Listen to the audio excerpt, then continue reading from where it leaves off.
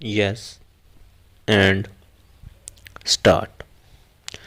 Honorable members of Parliament, I convey my warm greetings on the occasion of 70th anniversary of the adoption of the Constitution of India to all of you and to all our fellow citizens in India and abroad. It was 70 years ago on this very day that in this central hall itself, through the members of the Constituent Assembly, we, the people of India, adopted, enacted, and gave to ourselves this Constitution. It was in 2015, the 125th birth anniversary year of Baba Saheb Dr. Bhim Rao Ambedkar that the Government of India decided to celebrate November 26 as Constitution Day every year. This is a commendable initiative to reiterate our gratitude to the chief architect of our constitution. This is for the first time that we are celebrating the Constitution Day in the Central Hall with the participation of members of both houses of Parliament. It is a privilege for all of us to witness and participate in this historic event. By their sheer wisdom, prudence, foresight, and diligence, the makers of our Constitution prepared a futuristic and vibrant document that reflects our ideals and aspirations on the one hand and protects the future of all Indians on the other. The Constitution of India lies at the foundation of the world's largest democracy. This is the supreme law in the country's democratic framework and it continuously guides us in our endeavors. The Constitution is also the fountainhead of our democratic system of governance and our guiding light. We Indians have had a tradition of maintaining our Indian identity while also welcoming noble ideas coming from all the sources. This cultural ethos also finds its reflection in the making of our constitution. We have adopted the best practices from several other constitutions of other countries. In addition, the imprint of our age old values and the ideals from our freedom struggle can also be seen in our constitution. Our constitution is of the people of India, by the people of India, and for the people of India.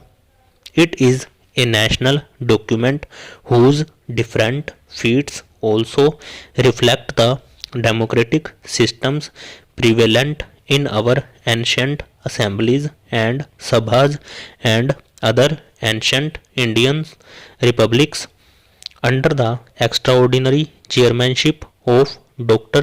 Rajendra Prasad, the Constituent Assembly accomplished the exceptional feat of blending and balancing different ideas and ideologies. The drafting committee under the chairmanship of Dr. Bhim Rao Ambedkar displayed unparalleled prudence, honesty, grit, and diligence.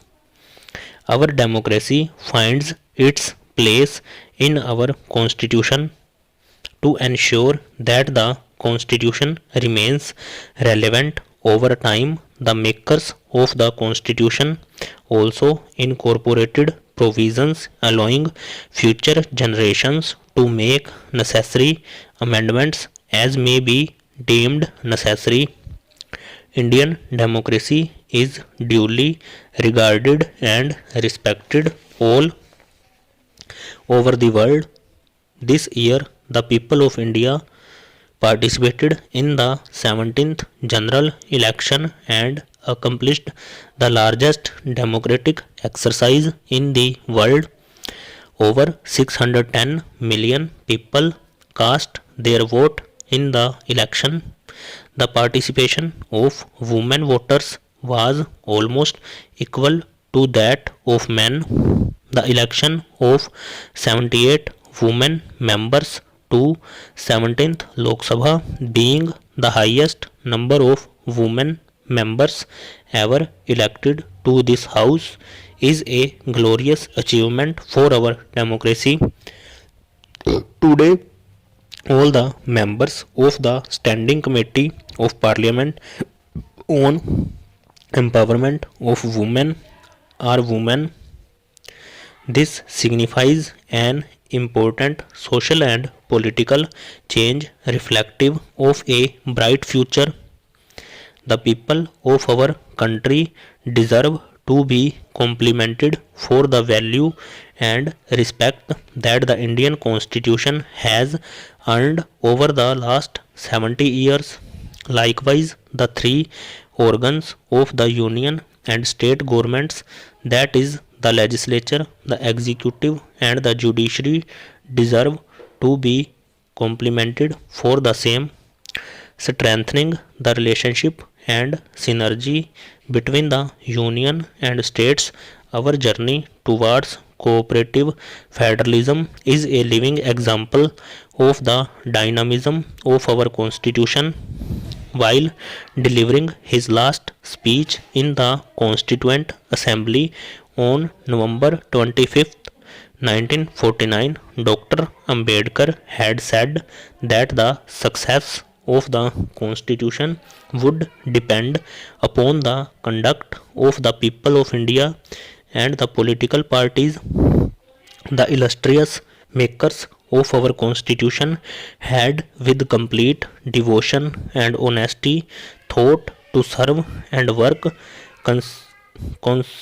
conscientiously while remaining free from fear or favor, affection or ill will and bias.